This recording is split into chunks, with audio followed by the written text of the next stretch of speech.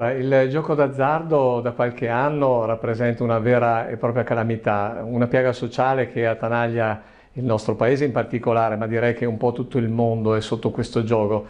Dovete pensare che il volume di soldi che vengono impiegati in questa attività raggiunge dei livelli superiori probabilmente ai 100 miliardi all'anno, una delle industrie più fiorenti del nostro paese, per cui e chi ci rimette chiaramente sono le persone convinte attraverso questa pratica di cambiare la loro condizione di vita e non solo loro, trascinando in questo vortice anche le proprie famiglie.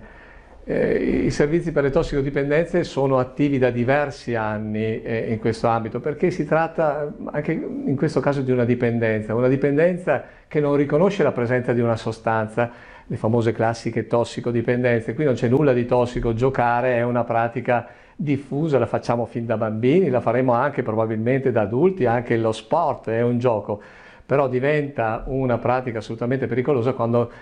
si parla di azzardo, cioè quando solamente il caso fa sì che le persone possano vincere o perdere questa loro partita. Il gioco d'azzardo è stato, diciamo così, preso come problema in toto dalla regione e lo ha distribuito attraverso, diciamo così, un consistente devoluzione di soldi a tutte le ULS della nostra regione perché intervengano con dei progetti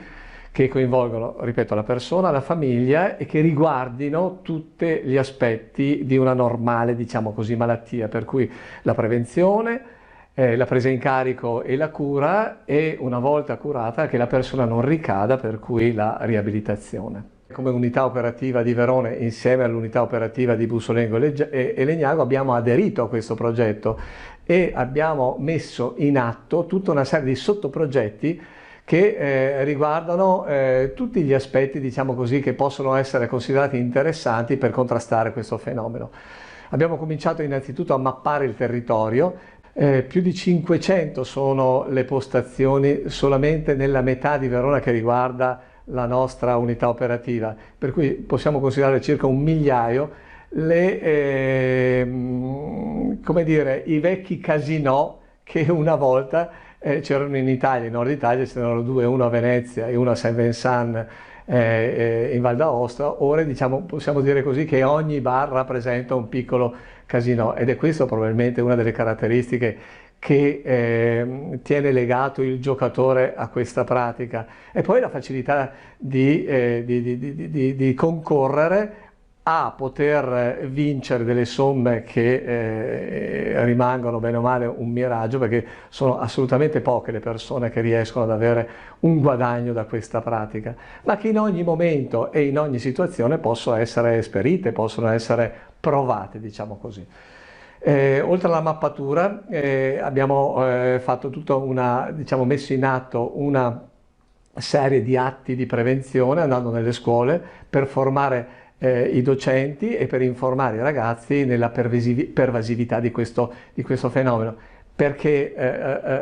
forse non l'ho detto, ma il gioco d'azzardo non è una pratica che colpisce solamente gli adulti, ma è, diciamo così, trasversale a tutte le età, sia dei ragazzi che molto facilmente, oltretutto loro, riescono attraverso i mezzi di comunicazione, quelli adesso più diffusi, la rete per esempio, il web, ad arrivare a giocare, basta che sottraggono la carta di credito al proprio genitore, fino anche alle persone più anziane che si giocano la propria pensione nel giro di pochi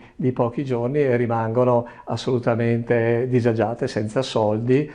per rincorrere questo fenomeno, questo miraggio della vincita, che paradossalmente più ci impoveriamo dal punto di vista socio-economico, più è presente nel nostro paese. È un paradosso se vogliamo, ma è proprio così.